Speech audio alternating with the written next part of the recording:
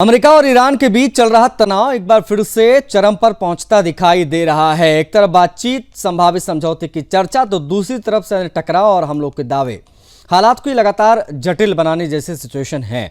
पिछले कुछ दिनों में दोनों देशों के बीच कई घटनाएं सामने आती हैं, जिनमें हमले, जवाबी कार्रवाई और एक दूसरे के दावों का खंडन शामिल है।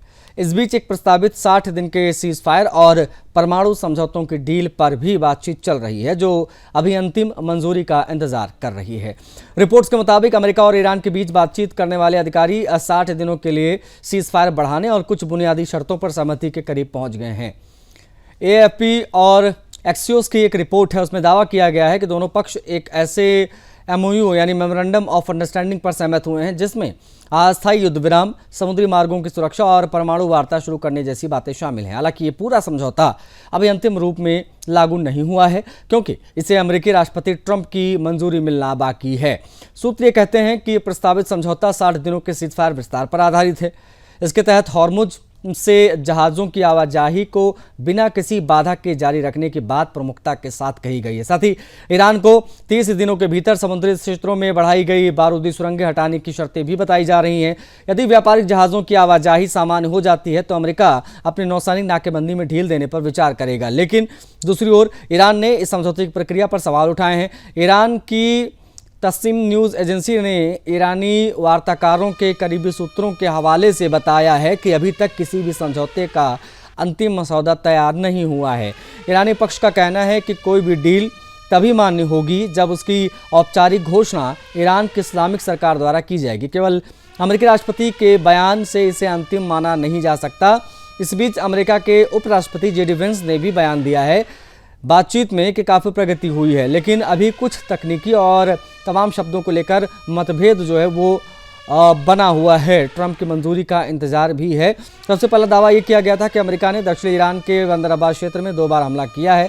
इस प्रकार की खबरों ने आग को और ज़्यादा भड़का दिया था, क्योंकि उस समय जो है ये तमाम चीज़ें चल रही थी कि अभी जब स्थितियाँ सामान्य हैं तो हमले हो क्यों रहे हैं। सेंटकॉम के दावों की भी बात ज़रूरी है।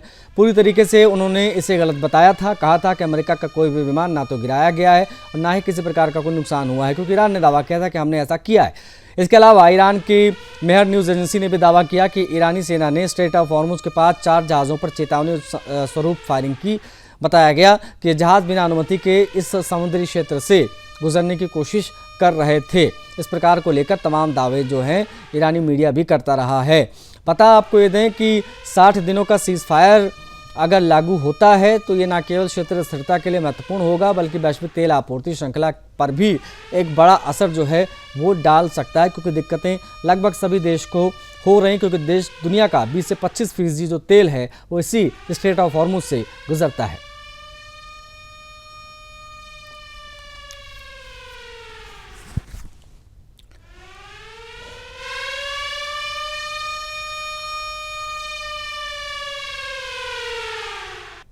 पश्चिम एशिया में जारी तनाव अब केवल तेल और गैस आपूर्ति तक सीमित नहीं रह गया है, बल्कि इसका असर भारत की खाद्य सुरक्षा और कृषि व्यवस्था पर भी दिखने लगा है।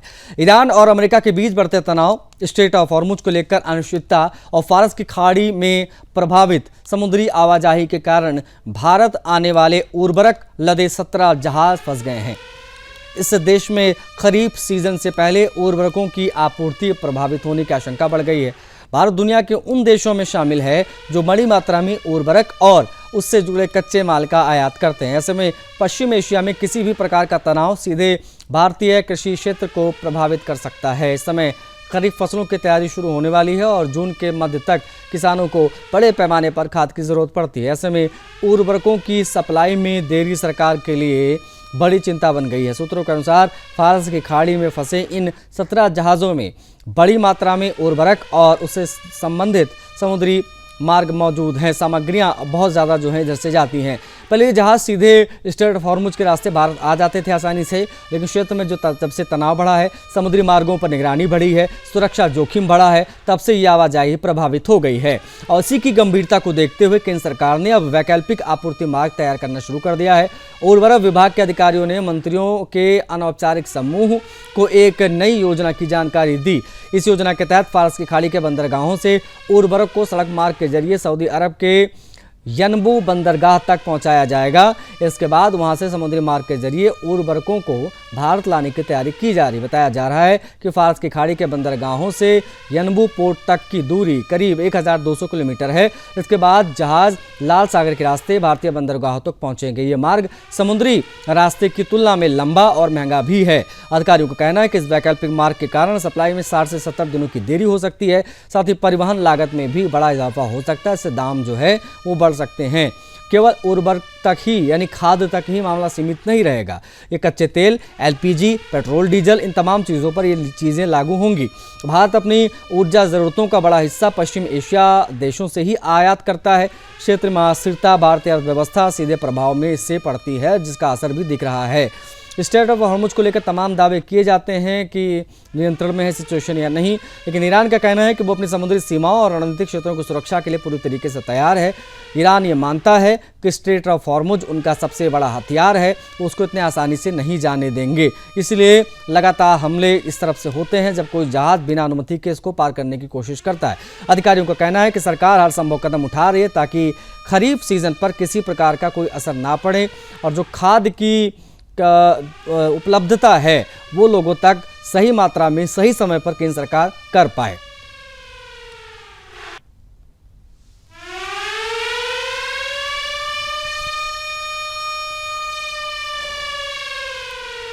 पढ़ेंगे आगे। पश्चिम एशिया में जारी तनाव और अमेरिका ईरान संबंधों को लेकर एक बार फिर से कूटनीति और दबाव की राजनीति ये दोनों तेज हो गई हैं। अमेरिकी वित्त मंत्री स्कॉट बेसेंट ने दावा एक किया है कि राष्ट्रपति ट्रंप की आर्थिक प्रतिबंध नीति और अधिकतम दबाव रणनीति इन दोनों के कारण ईरान अपने परमाणु कार्यक्रम पर बातचीत के लिए मजबूर हुआ है।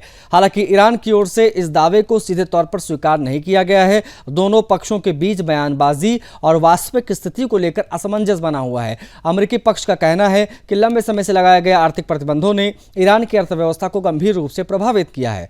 स्कॉट बेसेंट के अनुसार तेल निर्यात, विदेशी निवेश और बैंकिंग लेन देन पर लगे प्रतिबंधों ने ईरान की वित्तीय स्थिति को कमजोर किया है। इसी दबाव के चलते तेहरान और परमाणु कार्यक्रम पर बातचीत के लिए तैयार दिख रहा है। अमेरिका का यह भी दावा है कि यह स्थिति पिछले कई अमेरिकी प्रशासन जो है, कई प्रशासक ऐसे रहे जो नहीं बना पाए थे, लेकिन ट्रंप प्रशासन की सख्त नीति ने ईरान को बातचीत के टेबल पर आने पर मजबूर किया। इस दावे का आधार मुख्य रूप से आर्थिक संकेतक और ईरान की सीमित अंतर्राष्ट्रीय पहुंच है। विशेषज्ञ इस पर क्या कहते हैं वो भी बताएंगे आपको कि प्रतिबंधों का असर ईरान पर पड़ा है, लेकिन ये कहना कि केवल इसी कारण ईरान झुका है ये सही नहीं है। ईरान ने पिछले वर्षों में चीन, रूस और कुछ अन्य देशों के साथ वैकल्पिक व्यापारिक रास्ते खोजे हुए हैं और जिससे प्रतिबंधों का असर आंशिक रूप से कम हुआ है। ईरान की ओर से अब तक ये स्पष्ट स्वीकारोक्ति नहीं आई है कि वह मजबूरी में बातचीत कर रहा है। ईरानी अधिकारियों के बयानों से संकेत मिलता है कि वे इसे एक रणनीतिक कूटनीतिक कदम के रूप में देख रहे हैं और अमेरिकी दबाव के आगे झुकने के लिए वो तैयार नहीं है। ये चीज़ें स्पष्ट कई बार इनके तरफ से की गई। परमाणु कार्यक्रम शांतिपूर्ण उद्देश्यों के लिए है, यह ईरान हमेशा कहता रहा है। हालांकि पश्चिमी देश, विशेषकर अमेरिका और उसके सहयोगी देश इजराइल विशेष तौर पर बहुत ज़्यादा चिंतित रहता है कि अगर ईरान ने कहीं गलती से भी परमाणु बम या परमाणु हथियार बना लिए तो उनके लिए उनकी एग्जिस्टेंस पर भी एक बहुत बड़ा खतरा मंडराने लग जाएगा। ये बहुत बड़ी वजह है कि किसी भी कीमत पर ईरान के सामने इजराइल बिल्कुल भी एक कदम पीछे खींचने को तैयार नहीं है और ये शर्तें मानने को ईरान तैयार नहीं है कि वो परमाणु कार्यक्रम को रोकेगा। अंतर्राष्ट्रीय निरीक्षण प्रणाली को और मजबूत करने की भी बातें कही गई। अमेरिका ये चाहता है कि किसी भी अंतिम समझौते से पहले क्षेत्रीय सुरक्षा, समुद्री मार्ग इस पर पूर्ण रूप से सहमति बन जाए, लेकिन इस पर बात करने को ईरान तैयार नहीं होता। विशेष तौर पर जब परमाणु अभियान को रोकने की बात आती है, ईरान स्पष्ट तौर पर यह कह देता है कि हम इस पर पीछे नहीं हटेंगे और हमारा ये शांति के लिए प्रयास किया जा रहा है। परमाणु मुद्दे तक बात सीमित नहीं है, ये भी एक पहलू जान लीजिए। ये कूटनीतिक दबाव और आर्थिक रणनीति क्षेत्रीय नियंत्रण का जटिल मिश्रण बन चुका है, इसीलिए ये मामला दिन पे दिन और ज़्यादा पेचीदा होता जा रहा है। अमेरिका ईरान संबंधों में कूटनीतिक और तनाव किस प्रकार से बार बार रह के बाहर आ रहा है, उसी को समेटती यह खबर है।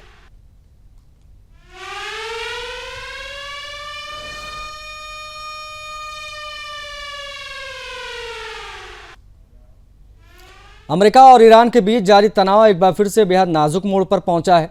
एक तरफ दोनों देशों के बीच जल्द शांति या सीजफायर समझौते की बातचीत उम्मीदें जताई जा रही हैं, तो वहीं दूसरी तरफ जमीनी स्तर पर सैन्य तनाव और आरोप प्रत्यारोप तेज हो रहे हैं। ताज़ा घटनाक्रम में ईरान ने दावा किया है कि उसकी एयर डिफेंस प्रणाली ने बुशहर क्षेत्र में एक अमेरिकी सैन्य विमान को मार गिराया है। ये दावा ईरान की सरकारी टीवी पर प्रसारित किया गया। इसके बाद अंतर्राष्ट्रीय स्तर पर हलचल तेज हो गई। ईरान के सरकारी मीडिया के अनुसार ये घटना उस समय हुई जब कथित तौर पर एक दुश्मन विमान ईरानी हवाई क्षेत्र में प्रवेश कर गया। ईरानी सेना ने उसे अपने सुरक्षा का उल्लंघन बताया, तुरंत कार्रवाई करने का दावा भी किया गया। सरकारी टीवी रिपोर्ट्स में कहा गया है कि डिफेंस सिस्टम ने लक्ष्य को सफलतापूर्वक टारगेट किया, उसके बाद उसे नीचे गिरा दिया गया। हालांकि इस दावे के समर्थन में कोई स्वतंत्र पुष्टि नहीं हुई है। दूसरी ओर अमेरिका ने ईरान के इस पूरे दावे को सिरे से खारिज कर दिया। सेंटकॉम ने, जो कि अमेरिकी सेंट्रल कमांड सेंटर है, सोशल मीडिया प्लेटफॉर्म एक्स पर उन्होंने एक बयान जारी किया है इस बाबत। अमेरिका का कहना है कि अमेरिका का कोई भी विमान ना तो गिराया गया, ना ही किसी तरीके का कोई नुकसान हुआ है। सेंटकॉम ने स्पष्ट किया है कि उसके सभी एयर एसेट पूरी तरीके से सुरक्षित हैं और क्षेत्र में सामान्य ऑपरेशन जारी है। इस विरोधाभास स्थिति ने एक बार फिर दोनों देशों के बीच सूचना युद्ध यानी इंफॉर्मेशन वॉर को शुरू कर दिया है। ये वॉरफेयर लगातार रुकने का नाम नहीं ले रहा है। बता आपको ये दें कि इस तरीके की स्थिति अक्सर तनावपूर्ण क्षेत्रों में देखने को मिलती है।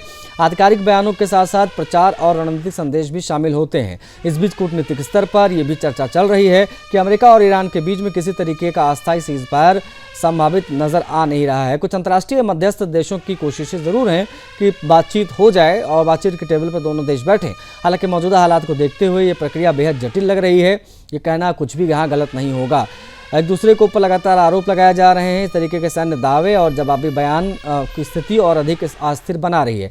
बुशहर क्षेत्र में विमान गिराने के ईरानी दावे और अमेरिका द्वारा उसे पूरी तरीके से नकारने के दावे देशों के बीच भरोसे की कमी को और गहरा कर रहे हैं। पिछले कुछ दिनों में क्षेत्र में कई घटनाएं सामने आई हैं, जिनमें समुद्री मार्गों पर तनाव, हवाई हमलों के आरोप और सैन्य गतिविधियां शामिल हैं।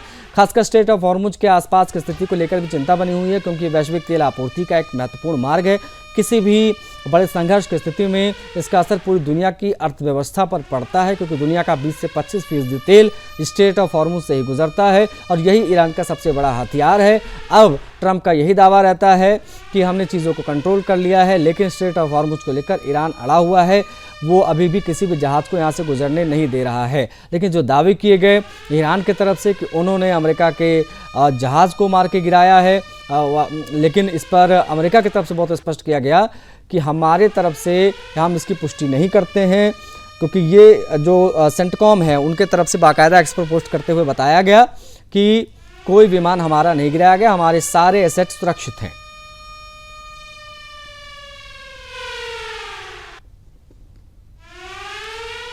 अब बात इजराइल की भी करेंगे, क्योंकि वहां के प्रधानमंत्री बेंजामिन नेतन्याहू ने एक बार फिर से भारत और इजराइल के रिश्तों को लेकर सकारात्मक बयान दिया है। जी हां, वेस्ट बैंक में आयोजित एक प्रेस कॉन्फ्रेंस के दौरान उन्होंने भारत को विशाल शक्ति बताया और दोनों देशों के बीच में मजबूत और अनोखे संबंधों की सराहना की। ये बयान ऐसे समय में आया है जब मिडिल ईस्ट में तनाव की स्थिति बनी हुई है और वैश्विक स्तर पर कूटनीतिक समीकरण तेजी से बदल रहे हैं। नेतन्याहू ने कहा है कि दुनिया के कई हिस्सों में इजराइल को अपनी वैधता को लेकर चुनौतियों का सामना करना पड़ता है, लेकिन भारत में स्थिति बिल्कुल अलग है। उन्होंने दावा किया कि भारत में इजराइल के लिए बेहद मजबूत समर्थन मौजूद है और यहाँ से मिलने वाला समर्थन दुनिया के किसी भी अन्य देश की तुलना में अधिक होता है। उनके अनुसार भारत और इजराइल के रिश्ते केवल कूटनीतिक नहीं बल्कि भावनात्मक और रणनीतिक स्तर पर भी हैं। ये बेंजामिन नेतन्याहू ने कहा है, वो हम आपको बता रहे हैं। उन्होंने ये भी कहा कि भारत और इजराइल के बीच में दोस्ती समय के साथ और गहरी हुई है। खासकर प्रधानमंत्री मोदी के कार्यकाल में दोनों देशों के बीच में सहयोग कई क्षेत्रों में बढ़ा है। नेतन्याहू ने कहा है कि भारत में इजराइल को जिस तरीके का सम्मान और समर्थन मिलता है वो अन्य देशों में कम देखने को मिलता है। ये पहली बार नहीं है जब नेतन्याहू ने भारत की तारीफ की है। इससे पहले साल 2018 में उन्होंने अपनी पत्नी सारा नेतन्याहू के साथ भारत यात्रा को लव फेस्ट यानी प्रेम उत्सव बताया था। उस यात्रा को दोनों देशों के संबंधों में एक महत्वपूर्ण मोड़ माना गया, जिनमें रक्षा, तकनीक, कृषि जैसे क्षेत्रों में सहयोग बढ़ाने पर जोर दिया गया था। नेतन्याहू ने एक बार फिर से कहा कि भारत की 1.4 अरब की आबादी के बीच इजराइल की प्रति सकारात्मक सोच जो है ये उनके लिए बेहद महत्वपूर्ण है। उन्होंने ये भी दोहराया कि प्रधानमंत्री मोदी के नेतृत्व में भारत और इजराइल के साथ संबंधों को नई ऊंचाई दी है। हालांकि ये बयान उस समय आया है जब अमेरिका और इजराइल के संबंधों में भी विभिन्न स्तरों पर चर्चाएं चल रही हैं और वैश्विक जनमत में इजराइल को लेकर कुछ बदलाव देखे जा रहे हैं। हाल ही में प्यू रिसर्च सेंटर की एक रिपोर्ट में बताया गया है कि लगभग 60% अमेरिकी वयस्कों की इजराइल के प्रति राय नकारात्मक है। जो कि पिछले वर्ष की तुलना में बढ़ी है। इसके अलावा नेतन्याहू की व्यक्तिगत लोकप्रियता में भी गिरावट दर्ज की, जहां कई लोगों ने वैश्विक मुद्दों पर उनके नेतृत्व पर भरोसा कम जताया है। हालांकि बेंजामिन नेतन्याहू का भारत को लेकर जो बयान दिया गया उसकी खूब प्रशंसा भी हो रही है और बेंजामिन नेतन्याहू की तरफ से बाकायदा प्रेस कॉन्फ्रेंस में कहा गया कि जब दुनिया इजराइल को अलग अलग नाम दे रही है उनके द्वारा किए गए हमलों को लेकर, जो अपनी आत्मरक्षा में कर रहे हैं, उसके बीच उसके बावजूद भारत ने हर कूटनीतिक मंच पर इजराइल का समर्थन किया है और नेतन्याहू का यह बयान भारत इजराइल संबंधों को फिर से सुर्खियों में ले आया है। वैश्विक राजनीति में नई चर्चाएं भी इसके साथ में शुरू हो गई हैं।